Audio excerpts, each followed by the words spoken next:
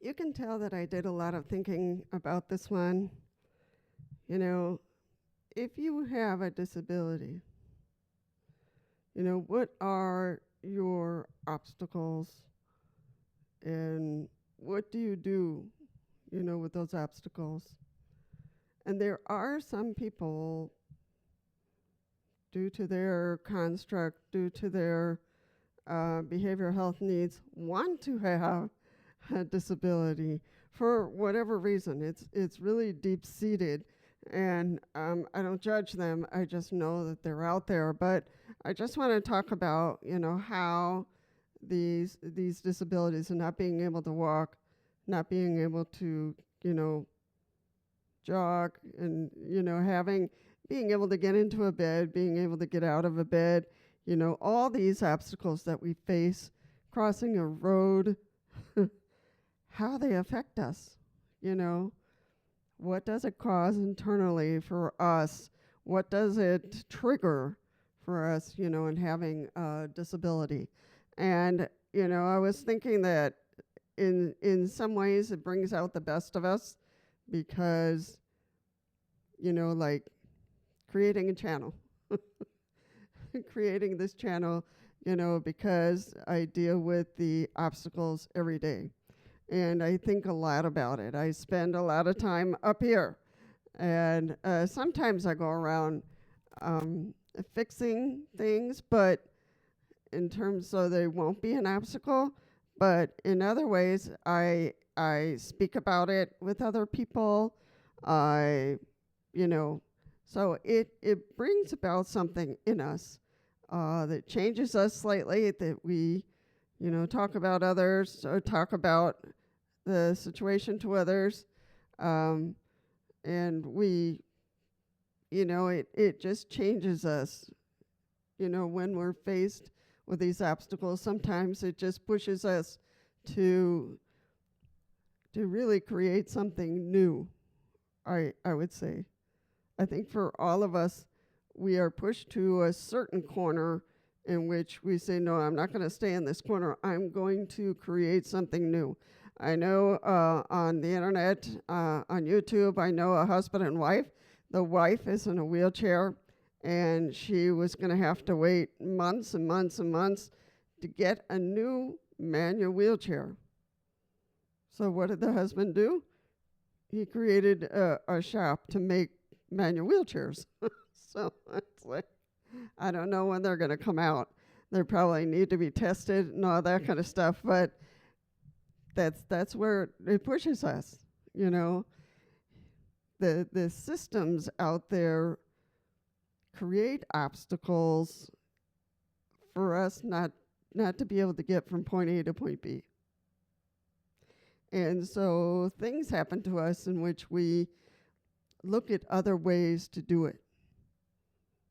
So, so I think the obstacles that we face with our disabilities create something new in us, and it challenges us to do things differently, to say things differently, to see things differently. Kids, I admire kids. They don't see the obstacles. They don't see a problem because, especially those who are born with a disability, it's like, oh, that's everyday thing. So they, they continue to be happy. They continue to be playful. They continue to be, they go to school and everything is normal because they were born that way. Especially those kids that were born, just a half of the body and nothing below, to them it's like normal. There's not a problem here. So other people tell me that there's a problem. But for me it isn't, because it's always been that way. So I think for people who are born deaf or born without legs or born, with half a brain or born, and those extreme disabilities, they don't see a problem. I think it's society around them causes, the issue and causes them to learn that there's a problem. But, as a human being that was born with this disability, there's no problem. They just get through the day and everything is fine. So, and it's wonderful to see. If you ever get to see a video with kids who were born with an extreme disability of some kind, they're fine until somebody comes up to them and tells them that there's a problem. And in adults, when we get a disability later in life, or later as a child, or in a youth years, or as an adult, then we struggle. And I ask myself, why? Why are we struggling? And it is a change from being maybe normal, or what we consider normal,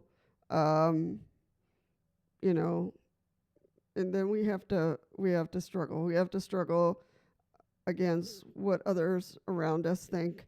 We have to struggle against how society is built out there in terms of buildings, homes, clinics, so libraries, schools, how they were built becomes the obstacle. Not for us, where we get to understand our disability, our doctors help us, our counselors help us to be able to achieve what we need to achieve in life. And so, when we get it later as people, we struggle a little bit more.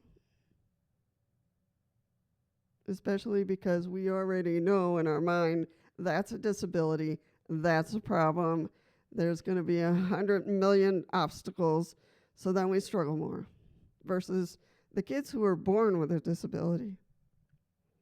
They don't understand exactly, they can't get up the stairs. Why are there stairs? Why did some person create stairs everywhere? It's probably what they think. And in the community, crossing streets, being able to go to meetings, to participate, being able to take a taxi like everybody else, or take a bus somewhere, especially if you're blind or deaf or have, mobility issues, there can be problems. Trying to use the normal things in society, we have to struggle and figure out and speak out. And a lot of times we're speaking out, in the community where I live, the bus system has had some issues with, strapping us down in the bus. And the first time, the drivers are just strapping me down in the back. Well, hello. If they do that and they take a sharp corner, the wheels of my power wheelchair are going to go like this, whichever way they turn. Woo! And so I wrote to the bus company. I said, look, your drivers are only strapping us down in the back, and that doesn't help me, because if the bus driver takes a sharp corner, my casters in front are just going to go whatever direction. And that's scary for me, because I can't grab on to anything. So the bus company, apologized and said they would work with their drivers and make sure. And the next time, for sure, they were strapping me down with all three, because number 4 didn't have like a strap always. So, and then they got the new buses, and so they were able to strap me down in the back, but the new straps in the front were tangled for some reason. So they couldn't strap me in the front. So it's like, oh boy. So I wrote to the bus company again, and I said, it seems like your straps are tangled, the new straps. So if your mechanic could take a look at that, because the straps are getting tangled and the drivers can't pull them out to hook me down, strap me down. So so it creates this part of us that constantly has to be pointing things out, a hotel or a clinic or a library. There was this library, I'd have to look it up. I'll give you the link. But there was this new library in New York, I think, that brand spanking new for the community. And guess what? They built it all with stairs. All with stairs. There's no way for a wheelchair to get in there. In 2023. So it's like, hello. Who is the engineer of this? So it's like, so we're constantly going outward to look at the community and say, folks, let's get with it. This is 2024, and there's so much to arrange, to fix, to when you're building something, the law says it has to be ADA. It has to follow the ADA. And this library did nothing to do that. So it does push us to speak out, to create this bubbling message that has to come out constantly. So in politics, oh my God, there's us versus money versus politicians protecting this person and that person so they don't have to follow the ADA. It's like, oh God. It's like, what is going on here? And only those politicians who have family members or somebody close to them with a disability, won't go in that direction. But, that politics. Right now we're working on, a proposed ruling for us to be able to fly a little bit more comfortable. And, I know politics is going to come up with this. I know that money is going to pop up in all this because, the airlines, they have money, they have representatives, they have people who are going to protect them. Obviously, they have people who are going to speak up for them, for the airlines.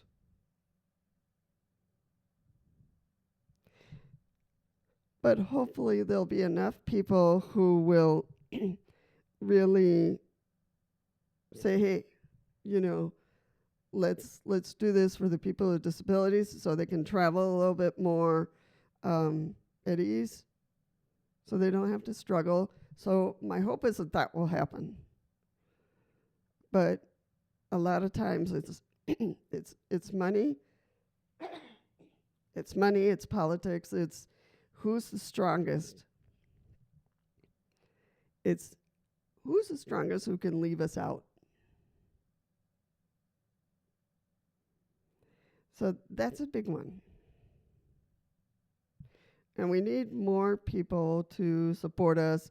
I know there's a couple of representatives that that have wheelchairs, and they're having the same thing. There was a senator, I think, that he was blocked from flying because he was in a wheelchair. It's like, oh, people. So there's a lot in politics that we can break down in terms of money and who's bigger and who has the bigger voice. So we're constantly, looking out for that. Religious groups, yikes. Religious groups are, when they become, and they're out there and they don't have to follow the ADA. So, especially if it causes extreme, a burden for them financially. And even my own church. And it's like, why would you do that? If you're here to serve your flock, to help your people, to help your community, why would you do that? I call for all churches and synagogues and mosques to think about that for a moment.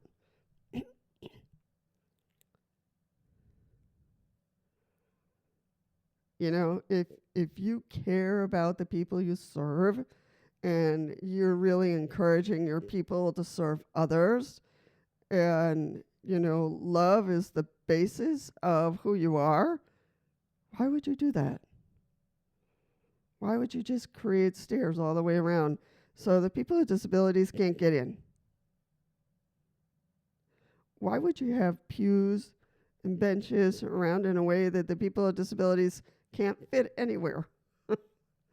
And they can't hear, and they can't see, they can't experience their faith. Why would you do that? I know this is a strong one, but the bottom line is that we're human, and sometimes we think a little bit twisted because we don't know, we don't understand, we haven't made an effort to interact with the people with disabilities.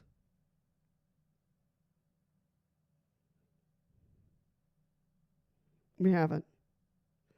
And that's a call for all of humanity to interact more with people with disabilities, get to know us.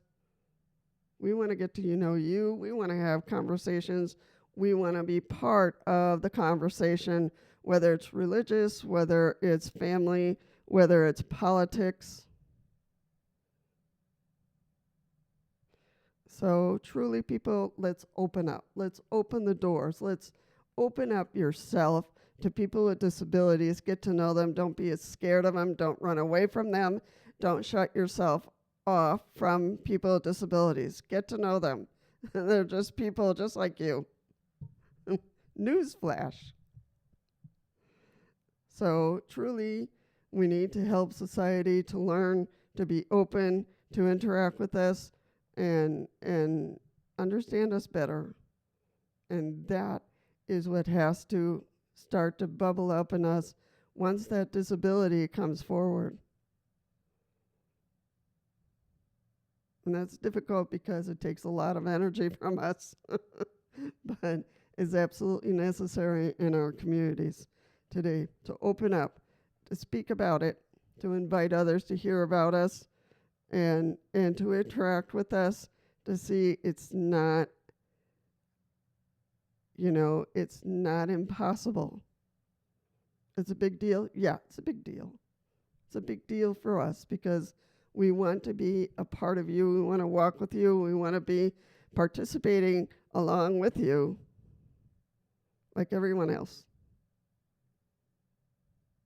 So let's think about that, folks. Who we're going to invite next so they can hear us, so they can open up a little bit for us, open those doors, create ramps, everything else, lower desks, tables, so that we can participate along with you. That's not a bad thing. That's a very good thing.